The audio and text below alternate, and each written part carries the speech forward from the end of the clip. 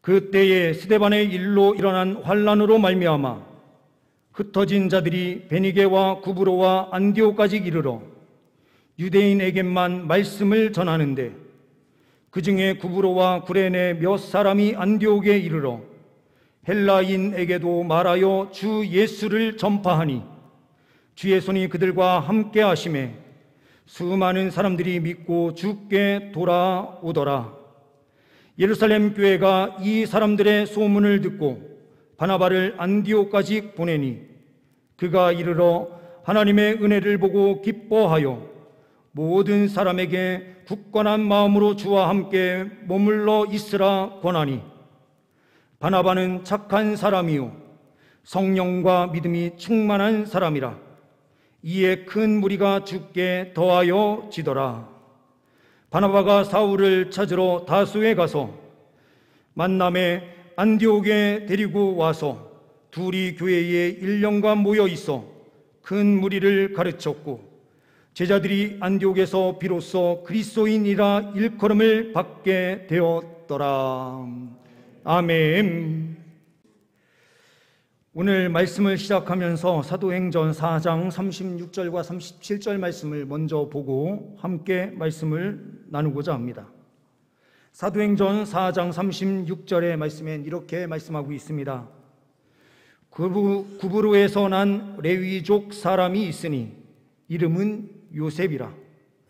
사도들이 일컬어 바나바라, 번역하면 위로의 아들이라 하니, 그가 밭이 있음에 팔아 그 값을 가지고 사도들의 발 앞에 두니라. 36절 말씀을 보게 되면 이 레위족 사람이다 라고 하는 표현이 있습니다. 레위인이었습니다. 그리고 이 레위인이었던 요셉, 히브리 이름으로는 요셉인데요, 이 요셉이 구브로라고 하는 섬 지역에서 태어납니다. 그리고 이 사람이 위로의 아들, 많은 사람들을 위로하는 역할을 잘 감당해서 그런지 사도들이 이 요셉에게 별명을 지어주게 되는데, 그 별명이 바로 바나바입니다. 이 바나바에게 어떻게 밭이 있어서 팔게 되었고 그 판 돈을 하나님께 헌금으로 드렸는지에 대한 내용은 명확하게 알 수는 없지만 크게 세 가지로 해석하기도 합니다.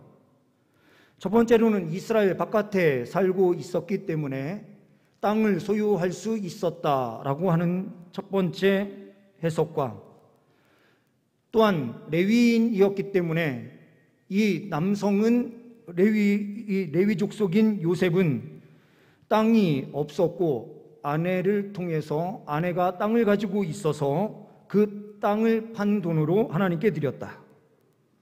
또한 이 시대적 상황에서는 이 레위족들이 자생적으로 살아가야만 했었던 시대일 수 있다라고 하는 크게 세 가지 부분입니다.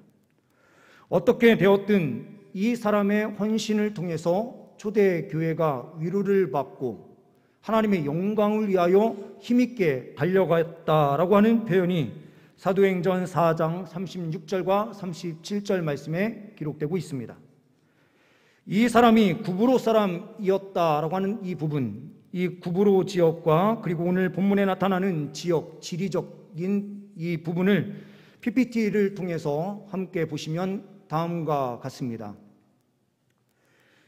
이스라엘 지역인 예루살렘, 그리고 바로 그 위에 베니게, 페니키아 지역이다라고 알려져 있는 베니게, 지금은 레바논에 속하는 땅입니다. 그리고 그 위쪽이 안디오, 그 옆에가 다소가 있습니다. 그리고 큰 섬이 하나 있는데 이 키프로스 섬으로 알려지는 성경에는 구브로 섬입니다. 그리고 오늘 20절 말씀에 나타나는 구레네 몇 사람이라고 하는 이 표현에 구레네 사람이 나오는데요, 이 구레네는 북아프리카 지역인 리비아 지역을 뜻하는 것입니다. 내려주셔도 좋습니다. 이 다소는 터키 지역에 지금은 타르수소라고 하는 명칭으로 불려지고 있습니다. 오늘 본문 말씀을 통해서 우리는 첫 번째로 보게 되는 것은 환난 중에도 예수를 전파하는 사람이 그리스도인이다라는 사실입니다. 19절과 20절 말씀을 보게 되면 이렇게 말씀하고 있습니다. 그때에 스데반의 일로 일어난 환난으로 말미암아 흩어진 자들이 베니게와 구브로와 안디옥까지 이르러 유대인에게만 말씀을 전하는데, 그 중에 구브로와 구레네 몇 사람이 안디옥에 이르러 헬라인에게도 말하여 주 예수를 전파하니라고 말씀하고 있습니다. 헬라인에게도 주 예수 그리스도를 전파하게 된 그 배경이 무엇입니까? 19절 말씀에 시작할 때에 그때에 스데반의 일로 일어난 환난으로 말미암아 흩어진 자들이 사마리아 지역을 뛰어넘고 그리고 그 북쪽으로 계속 북상해서 안디옥에 이르러서 안디옥까지 복음 전파가 이루어지고 있다라고 설명합니다. 이 환난은 하나님께서 구원 역사의 확장을 이루시고자 하나님께서 허용하신 환난이었습니다. 우리 그리스도인들에게 있는 환난은 목적 없는 환난이 없습니다. 하나님께서 다 목적을 가지시고 그 사람들에게 환난을 허용하십니다. 환난 가운데에서 하나님 말씀 부여잡고 달려갈 때에 주님께서는 승리의 삶을 우리 가운데 허락하여 주시는 줄 믿습니다. 혹시라도 고통 가운데 환난 가운데 있는 우리 성도님들 계신다면 그 자리에서 주 예수 그리스도의 이름을 붙잡고 믿음의 걸음 걸어가셔서 승리하시는 주의 백성들 되시기를 소망합니다. 이 환난 중에서 초대교회의 성도들은 주 예수 그리스도를 전파하고 있습니다. 이렇게 예수 그리스도를 전파한 결과가 어떠한 것인가 라고 21절 말씀에 우리에게 말씀해 주고 있습니다. 21절 말씀은 이렇게 기록됩니다. 주의 손이 그들과 함께 하심에 수많은 사람들이 믿고 주께로 돌아오더라. 주의 손이 그들과 함께 하심에. 전도는 누가 했습니까? 전도는 구브로와 구레네 몇 사람들이 안디옥에 이르러서 헬라인들에게 주 예수를 전파했는데, 오늘 21절 말씀에는 주의 손이 그들과 함께 하심에 믿고 주께로 돌아왔다라고 기록돼요. 이것이 바로 우리 그리스도인들의 고백입니다. 숙명론자인 팔자, 사람들에게는 팔자가 있으니 그 팔자가 그대로 다 팔자대로 되는 거야 라고 주장하는 이 무속주의와 예정이라고 하는 이 예정론자인 우리 그리스도인들의 믿음이 어디에서 크게 차이 납니까? 언젠가 한번 제가 예화를 통해서 설명을 드린 적이 있는데요. 숙명론자인 이 팔자를 중요하게, 팔자는 바꿀 수 없다라고 생각하는 그 사람들은 물에 빠진 사람을 발견하고 그 물에 빠진 사람이 살려달라고 외치는데 이렇게 이야기를 해요. 당신이 살 팔자면 살 것이고 죽을 팔자면 죽을 것이니 하면서 건지지 않고 그냥 갑니다. 그 사람의 팔자대로 될 것입니다. 그런데 예정론자는 어떻습니까? 우리 그리스도인들은 그러한 상황 가운데 있을 때에 살려달라고 외치면 그 물로 뛰어 들어가서 그 사람을 살려내고자 최선을 다합니다. 그런데 살려내지 못하고 죽으면 어떻게 됩니까? 그것은 하나님의 뜻이다라고 봤죠. 살려도 이것은 하나님의 은혜다라고 고백합니다. 오늘 말씀에서도 영혼 구원을 위하여 전도한 그 전도자들이 전도했다라고도 기록하지만 이 모든 구원 역사는 주의 손이 그들과 함께 하심에 수많은 사람들이 믿고 주께로 돌아왔다라고 기록하고 있는 것입니다. 우리 그리스도인들이 하는 모든 일, 특별히 복음 전도를 위하여 달려가는 그 모든 길에 주님께서 친히 그 손으로 함께하여 주십니다. 믿고 주 예수 그리스도의 복음을 선포할 때에 그 사람들 마음 안에 믿음이 생기고 주께로 돌아오는 터닝 포인트가 되는 것입니다. 주께로 완전히 돌아서서 온 것입니다. 아프리카의 어떤 원주민 할머니가 글을 읽지 못하는 분이었습니다. 그리고 이분은 시각 장애인이었습니다. 그런데 전도를 하고 싶은데 어떻게 해야 될지 방법을 모르겠는 거예요. 그러다가 성경책을 들고 선교사님께 갔습니다. 선교사님, 요한복음 3장 16절이 어디에 있습니까? 찾아서 그 3장 16절에 밑줄을 쫙 그어주시고, 그리고 그냥 피기만 해도 그 3장 16절이 나올 수 있도록 좀 표시 좀 해주십시오. 그래서 표시를 해서 이 시각장애인 그리스도인 할머니에게 드렸어요. 이 할머니가 아이들이 공부하고 나오는, 부족의 아이들이 공부하고 나오는 그 바로 앞에서 기다리고 있다가 아이들에게 이렇게 이야기합니다. 얘야, 내가 글을 읽을 줄 모르고 시각장애인이라 이 성경을 볼 수가 없다. 그러니 내가 좋아하는 성경 구절 한 구절만 읽어주지 않겠니? 부탁을 합니다. 아이들이 시각장애인이 그렇게 이야기를 하니 마음에 다 끌려서 그런지 부탁만 하면 다 들어주는 거예요.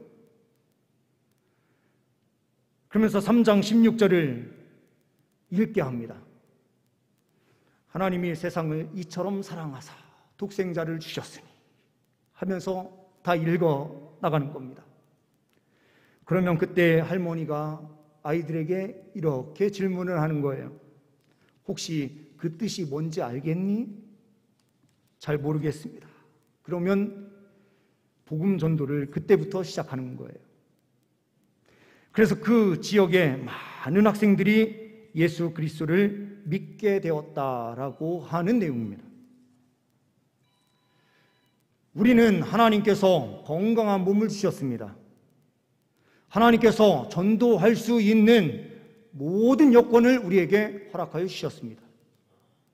그리스도인들은 환난 가운데서도 고난 가운데서도 예수 그리스도를 담대히 선포하고 전하는 것입니다.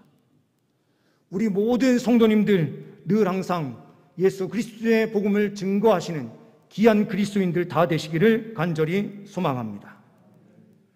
두 번째로는 본문 말씀에서 하나님의 은혜를 보고 기뻐하는 사람이 그리스도인이다라고 우리에게 말씀해 주고 있습니다. 22절과 23절, 24절 말씀을 보게 되면 이렇게 말씀하고 있습니다. 예루살렘 교회가 이 사람들의 소문을 듣고 바나바를 안디옥까지 보내니 그가 이르러 하나님의 은혜를 보고 기뻐하여 모든 사람에게 굳건한 마음으로 주와 함께 머물러 있으라 권하니 바나바는 착한 사람이요 성령과 믿음이 충만한 사람이라 이에 큰 무리가 주께 더하여 지더라. 23절 말씀에 하나님의 은혜를 보고 기뻐하여 라고 말씀해요. 이러한 사람들이 바로 그리스도인입니다. 옆에 있는 교회가 부흥하는 것을 보고 하나님의 은혜다라고 하면서 함께 기뻐하는 것, 옆에 있는 구역이 부흥하는 것을 보면서 시기와 질투로 나가는 것이 아니라 하나님의 은혜를 보면서 함께 기뻐하는 것, 시기와 질투가 아닌 그리스도인의 인격을 가지고 주 안에서 함께 기뻐하는 자가 그리스도인이다라고 말씀하고 있는 것입니다. 24절 말씀에 착한 사람이요 성령과 믿음이 충만한 사람이라. 제가 가장 닮고 싶은 사람 한 사람을 성경에서 좀 뽑으라 하면 저는 바나바를 뽑고 싶어요.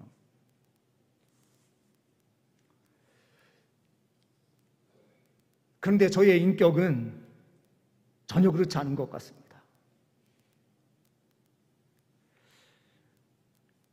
바나바는 착한 사람이요 성령과 믿음이 충만한 사람이다라고 하는 이 기록은 누가의 기록으로만 끝나는 것이 아닙니다. 이것은 초대교회의 온 성도들이 바나바를 그렇게 보았습니다. 그리고 성경 말씀에 이 말씀이 기록됐다라고 하는 것은 하나님의 평가예요. 하나님의 평가에 바나바는 어떠한 사람으로 평가되고 있습니까? 착한 사람이요 성령과 믿음이 충만한 사람이라. 현대의 그리스도인, 그리고 우리 한국에 있는 그리스도인들, 우리가 가만히 보면 신앙적 인격, 도덕적인 인격과 믿음의 인격을 따로 구분하려고 하는 사람들이 있어요. 신앙 좋은 것과 착한 것은 다르다, 이렇게 말하는 사람들이 있어요. 그런데 성경은 착한 사람이 어떠한 사람이냐? 성령과 믿음이 충만한 사람이에요. 이 성령과 믿음이 충만한 사람이 드러나는 인격의 방식이 착함으로 드러나는 거예요.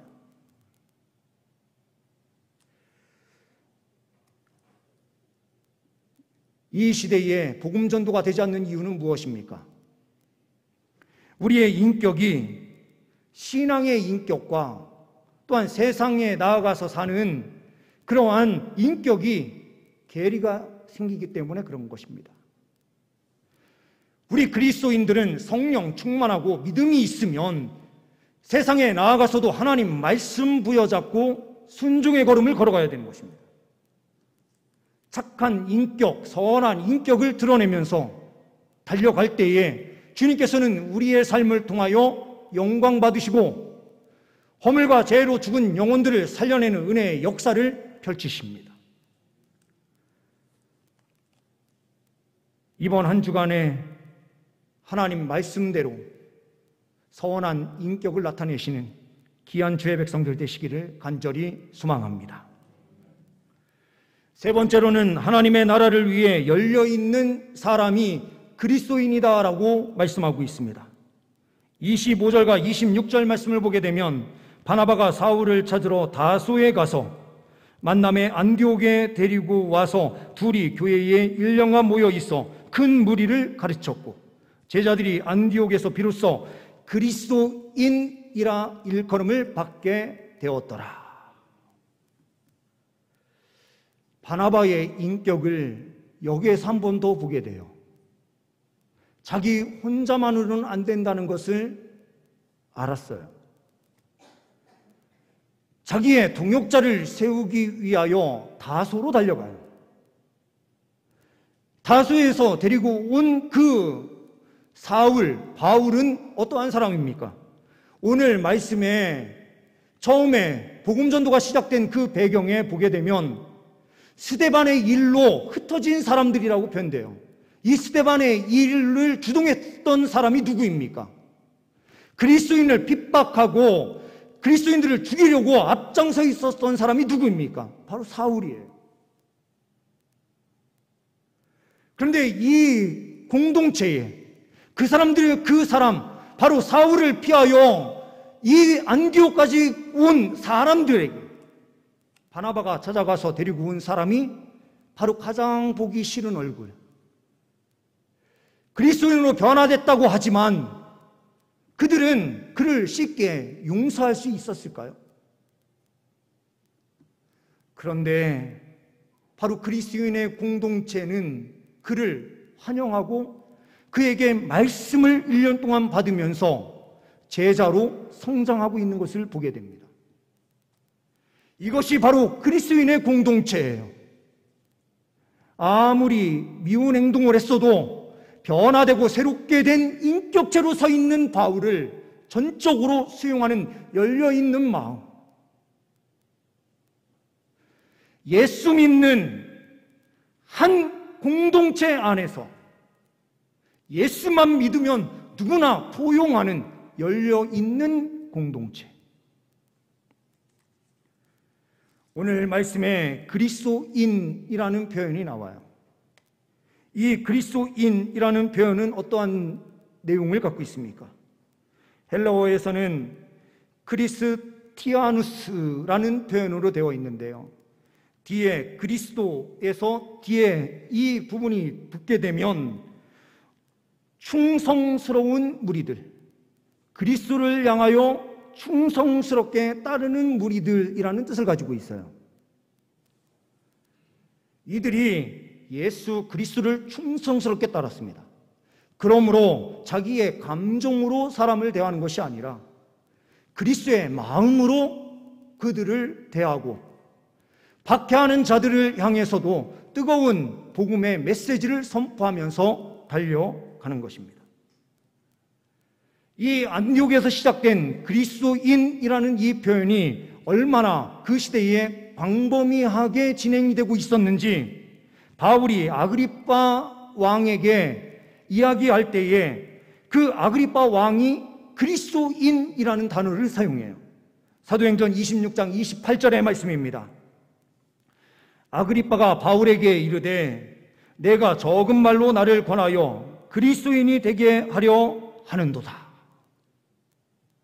로마의 권력자들이 그리스도인이라는 단어를 정확하게 쓸 수 있을 정도로 이 안디옥 교회에서 시작된 그 그리스도인이 예수 믿는 사람들을 정확하게 지칭하게 되었다라고 하는 뜻이 됩니다. 베드로전서 4장 16절에 베드로도 이 그리스도인이라는 표현을 정확하게 씁니다. 4장 16절입니다. 만일 그리스도인으로 고난을 받으면 부끄러워하지 말고 도리어 그 이름으로 하나님께 영광을 돌리라. 편지를 받고 있는 초대 교인들에게 우리는 그리스도인이다. 어떤 사람들은 간혹 이런 표현을 쓸 때가 있어요. 강창원 목사라고 하면 이 목사가 어떻게 보면 정체성을 드러내는 부분이거든요. 그 사람이 어떠한 사람인지를 보여주는 정체성과 관련되어 있어요. 그런데 어느 때 기분 나쁘다고 그래 목사 한번 띄워보고 너 나 한번 해볼까? 이런다면 그것이 정상적인 정체성을 드러내는 것입니까? 우리 모두는 뒤에 보이지 않는 명칭이 따라 붙는 사람들이에요. 강창원 그리스도인, 누구누구 그리스도인이라고 하는 명칭이 알게 모르게 다 붙어 있는 거예요. 그런데 그리스도인이라는 걸 띄고 한번 세상 사람들과 해볼까? 라고 말한다면 하나님께서 그것을 진정으로 원하시는 삶일까? 라는 거죠. 알렉산더 황제 밑에 알렉산더라고 하는 병사가 있었어요. 그러나 이 병사는 얼마나 허랑방탕하고 타락한 생활을 하는지요. 소문이 자자하게 나면서 이 황제인 알렉산더 대왕에게 그 소식이 전해졌어요.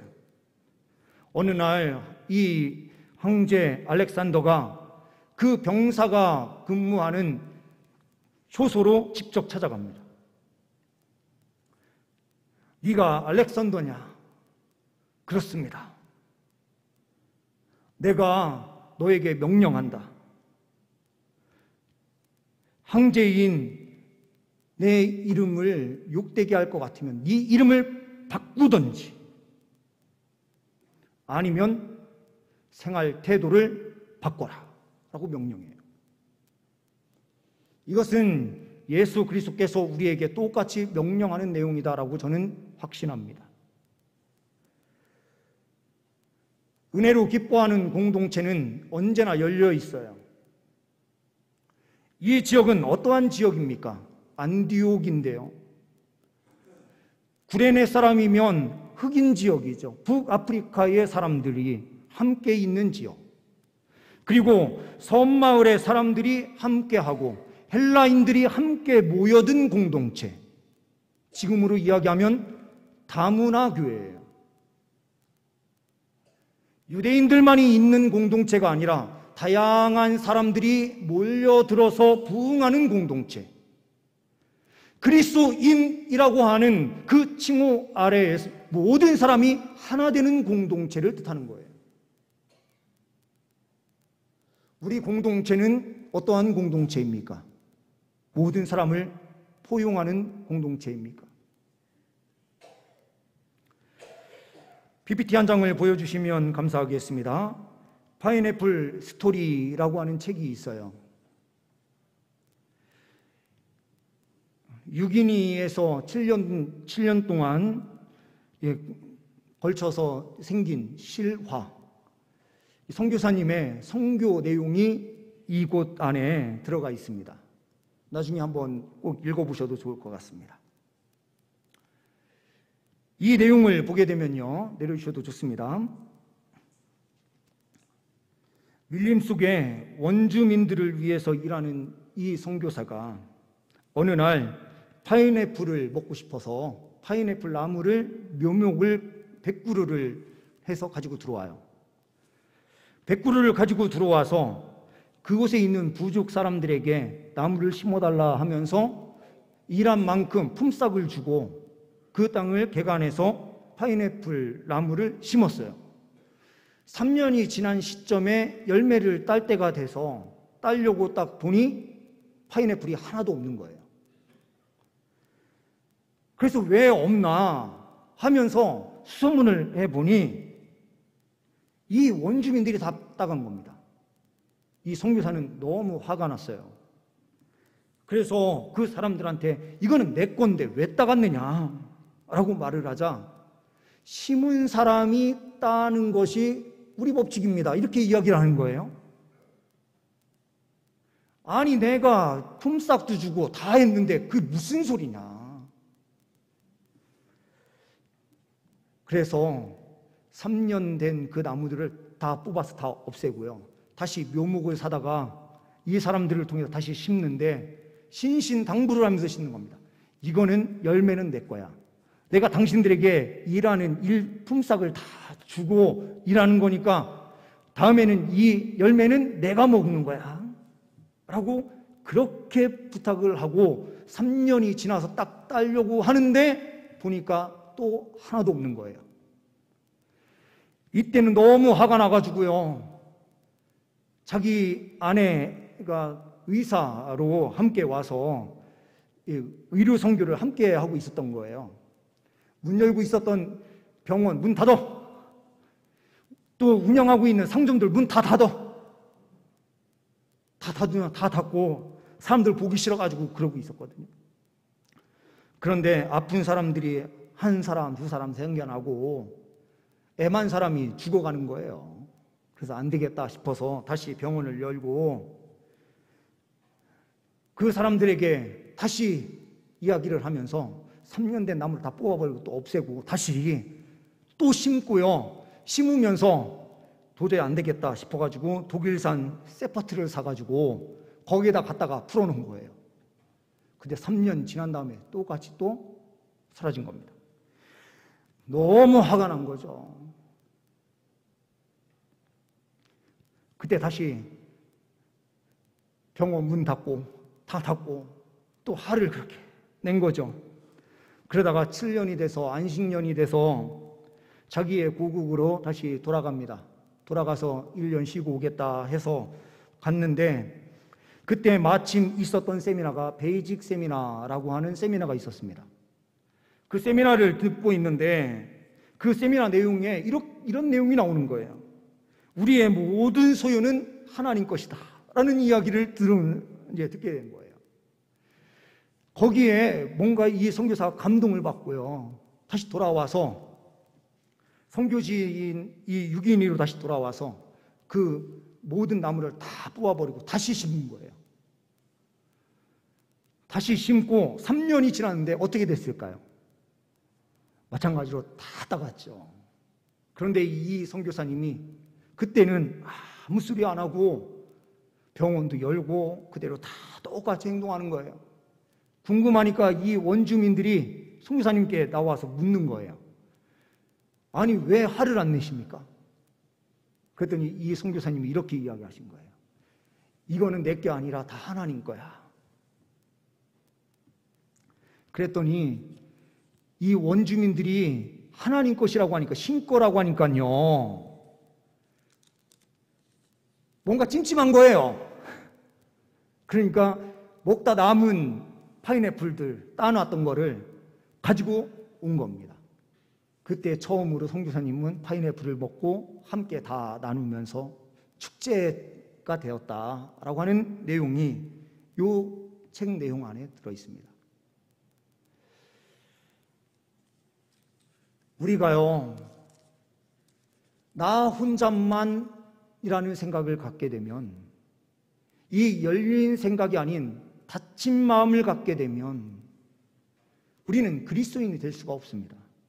그리고 영혼들을 살릴 수도 없어요. 우리 동산 공동체가 힘 있는 공동체가 되기 위해서는 모든 사람을 품을 수 있는 공동체가 되어야 됩니다. 아무리 미운 사람이라 하더라도 그가 예수 그리스도를 믿고 변화된 인격체를 가졌다면 그 사람에게서도 하나님의 말씀을 듣고 엎드려 순종하는 그 걸음이 있을 때에 서로가 말씀 안에서 서로 섬기면서 함께 달려갈 때에 우리 공동체는 아름다운 공동체로 굳건하게 세워지는 것입니다. 우리는 뒤에 그리스도인이라는 것이 붙습니다. 우리의 이름이 사라져도 우리의 이 정체성 그리스도인이라고 하는 것은 사라지지 않는 거예요. 하나님께서 말씀하신 그 착하고 성령 충만한 인격체로 주 예수 그리스도의 복음을 힘있게 증거하며 달려갈 때에 주님께서 주님의 사람들을 우리 공동체에 붙여주시고 새로운 은혜의 역사를 펼치게 하시는 줄 믿습니다. 한 주간도 하나님 말씀대로 거룩함을 살아내시는 귀한 주의 백성들 되시기를 간절히 소망합니다. 기도하십니다. 하나님 아버지, 환난 중에도 예수 그리스도를 전파한 초대교회의 모습, 하나님의 은혜를 보고 기뻐하는 그리스도인, 하나님 나라를 위하여 열려있는 그리스도인의 모습이 우리의 모습이 되게 하옵소서. 우리 주 예수 그리스도의 이름으로 기도하옵나이다. 아멘.